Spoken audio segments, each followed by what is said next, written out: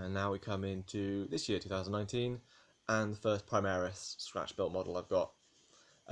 So this is just a lieutenant. He's a lieutenant Phobos armor. When I built him up, they only had the option was the Oculus bolt carbine and the paired blades, and also the grav shoots.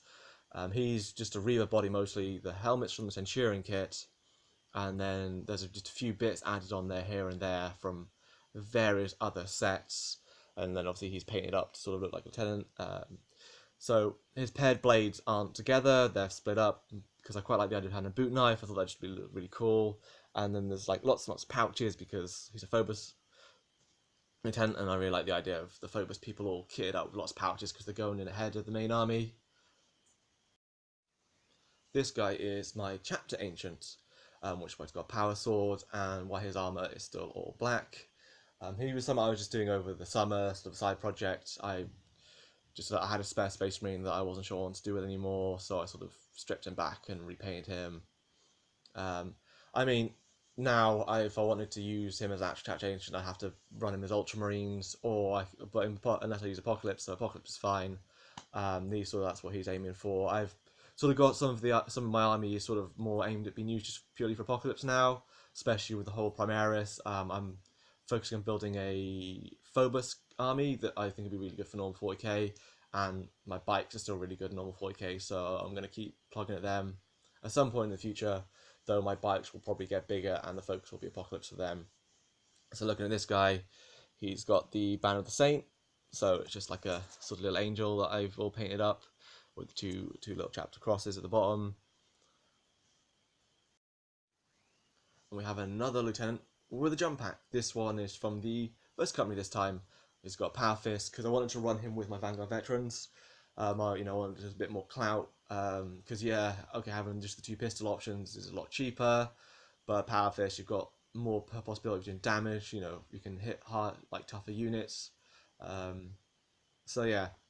He's just sort of, again, I had a spare model. I thought I'll have something that I can do some damage with. I can drop with my Vanguard veterans so they can reroll their wounds and things like that. Especially, I've got Thunder Hammers and stuff in there.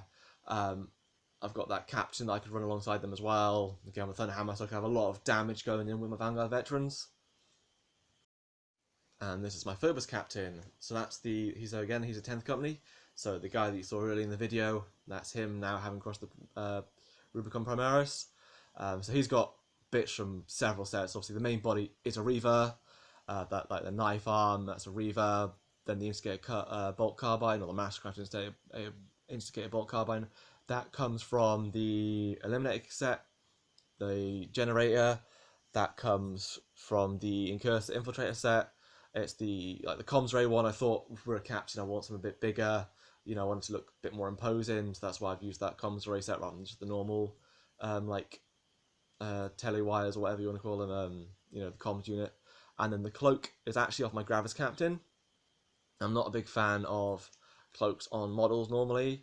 I've managed to keep it so far that the only characters that have cloaks are either stealth units or my chapter master, and again, it's a stealth cloak, Camline cloak, so he's keeping in with that theme.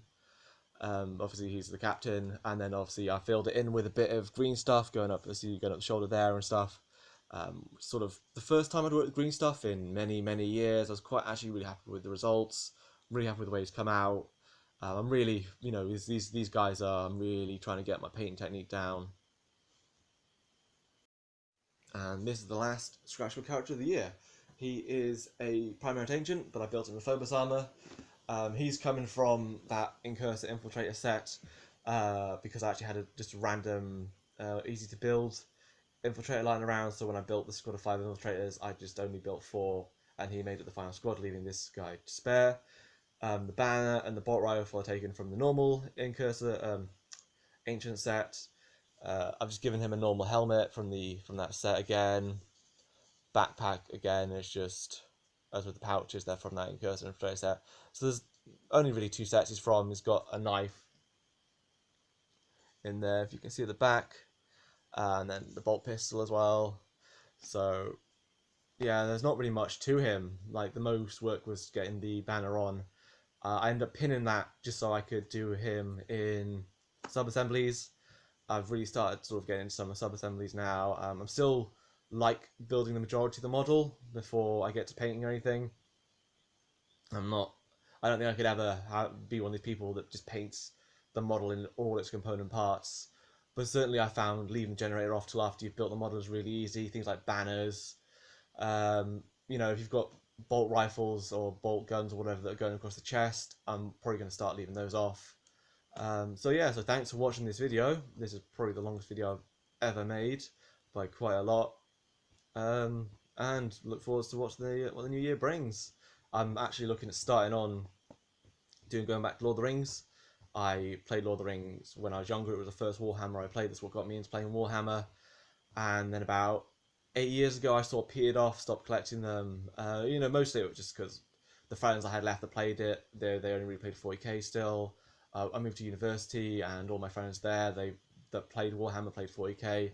So I just never really saw the point of keeping the Lord of the Rings. I had a considerable amount of models. Part of me is kind of like, actually, I don't know if I want to buy more Lord of the Rings models because I've got so many, I've got so much choice already. But then also part of me is like, well, I was just starting to work on a dwarf army, and that was the only good army that I really had. So maybe I could expand on that a bit more.